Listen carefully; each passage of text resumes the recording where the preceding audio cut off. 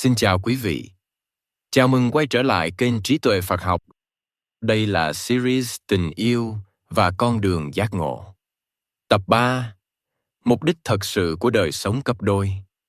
Trong tập trước, Lama Zopa Rinpoche đã phân biệt rõ tình yêu, dính mác và lệ thuộc, và vì sao càng yêu theo cách dính mác, con người càng sợ mất. Khi hiểu sai bản chất của yêu thương, mối quan hệ dễ trở thành nguồn bất an thay vì an vui. Từ đó, tập này đặt ra một câu hỏi căn bản hơn. Nếu không phải để hưởng thụ hạnh phúc, thì mục đích thật sự của đời sống cấp đôi là gì theo Phật Pháp? Khi hai người quyết định sống chung, xã hội thường mặc nhiên hiểu rằng đó là để tìm hạnh phúc.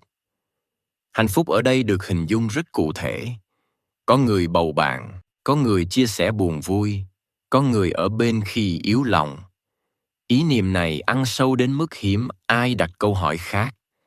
Người ta chỉ hỏi, làm sao để sống chung hạnh phúc? Chứ ít khi hỏi, sống chung để làm gì?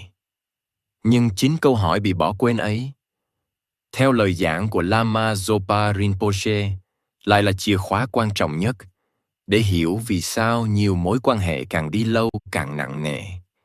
Lama Zopa Rinpoche là một bậc Lạt Ma lớn của Phật Pháp Tây Tạng, được kính trọng như một vị thầy tâm linh suốt đời giảng dạy về từ bi và trí tuệ.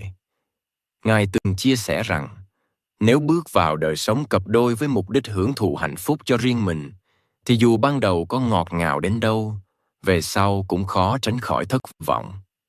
Không phải vì người kia xấu, mà vì mục đích ấy đặt gánh nặng quá lớn lên mối quan hệ. Trong Phật Pháp, hưởng thụ không bị xem là tội lỗi, nhưng được nhìn như một trạng thái vô thường. Cảm giác dễ chịu đến rời đi, không đứng yên.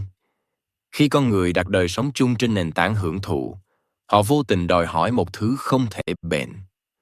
Hôm nay vui, ngày mai buồn, hôm nay thấy đủ, ngày mai lại thấy thiếu.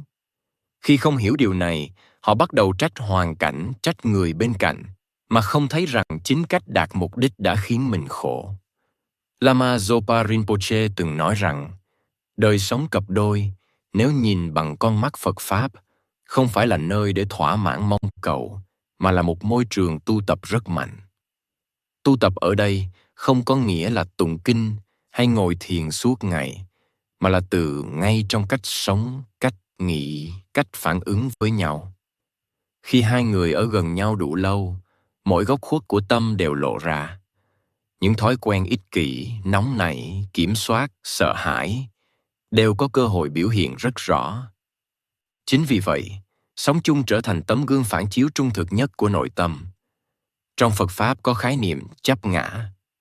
Chấp ngã là bám chặt vào cái tôi, xem cảm xúc, quan điểm, nhu cầu của mình là quan trọng nhất. Khi sống một mình, chấp ngã có thể ngủ yên, nhưng khi sống cùng người khác, chấp ngã rất dễ bị chạm vào. Một câu nói không vừa ý, một hành động không như mong đợi, lập tức làm cái tôi bị tổn thương.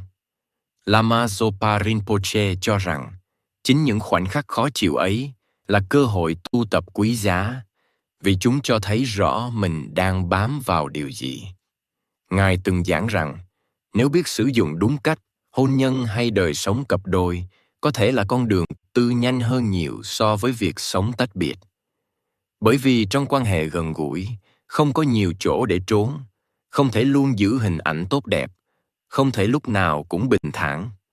Những phản ứng rất thật của tâm xuất hiện, và nếu có chánh niệm, con người có thể thấy rõ nguồn gốc của khổ đau ngay khi nó sinh khởi.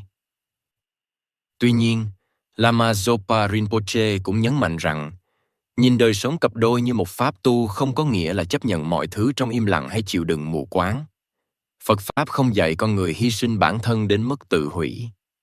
Điều cốt lõi là chuyển hướng động cơ, từ ta sống chung để được hạnh phúc, sang ta sống chung để học cách bớt ích kỷ, bớt làm tổn hại mình và người. Khi mục đích thay đổi, cách nhìn về mối quan hệ cũng thay đổi. Những lúc bất đồng không còn chỉ là rắc rối căng tránh, mà trở thành bài học để soi lại tâm mình. Những lúc thất vọng không còn hoàn toàn là lỗi của người kia, mà là lời nhắc nhở về những kỳ vọng chưa được thấy rõ. Lama Zopa Rinpoche từng nói rằng, Mỗi lần khổ trong quan hệ là mỗi lần có cơ hội giảm bớt bản ngã, nếu biết dừng lại và nhìn sâu. Trong Phật Pháp, có khái niệm lợi ích chúng sinh. Nghe qua có vẻ lớn lao, nhưng trong đời sống cặp đôi, nó bắt đầu từ những điều rất nhỏ.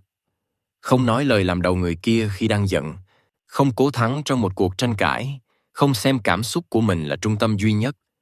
Khi sống chung với tâm hướng ra ngoài như vậy, mối quan hệ dần dần trở nên nhẹ hơn. Không phải vì không còn vấn đề, mà vì tâm không còn chống đối mọi thứ như trước. Lama Zopa Rinpoche từng nhắc rằng, nếu con người chỉ tìm hạnh phúc cho riêng mình, thì ngay cả khi đạt được, hạnh phúc ấy cũng mong manh. Nhưng nếu sống với mục đích làm lợi cho người khác, dù chỉ là một người bên cạnh, thì ngay trong những lúc khó khăn, tâm vẫn có sự an ổn nhất định. Đó không phải là an ổn vì mọi thứ hoàn hảo, mà vì hướng đi đã đúng. Mục đích thực sự của đời sống cặp đôi, theo con đường giác ngộ, không nằm ở việc tránh khổ hoàn toàn, mà ở chỗ biết dùng khổ để học và chuyển hóa. Khi hiểu như vậy, sống chung không còn là gánh nặng phải chịu, cũng không còn là thiên đường để trông chờ, mà trở thành một hành trình. Trên hành trình ấy, mỗi ngày sống cùng nhau đều là một cơ hội để hiểu sâu hơn về tâm mình, và từ đó hiểu người hơn một chút. Đó chính là ý nghĩa mà Lama Zopa Rinpoche muốn nhấn mạnh. Không phải ai sống chung cũng đang tu tập, nhưng bất kỳ ai sống chung cũng đang đứng trước một cánh cửa rất lớn của sự tỉnh thức. Vấn đề chỉ là họ có nhận ra và bước qua cánh cửa ấy hay không. Trong tập tiếp theo, Lama Zopa Rinpoche nói rất thẳng về một kỳ vọng âm thầm, nhưng chi phối hầu hết các mối quan hệ. Mong người kia làm cho mình hạnh phúc.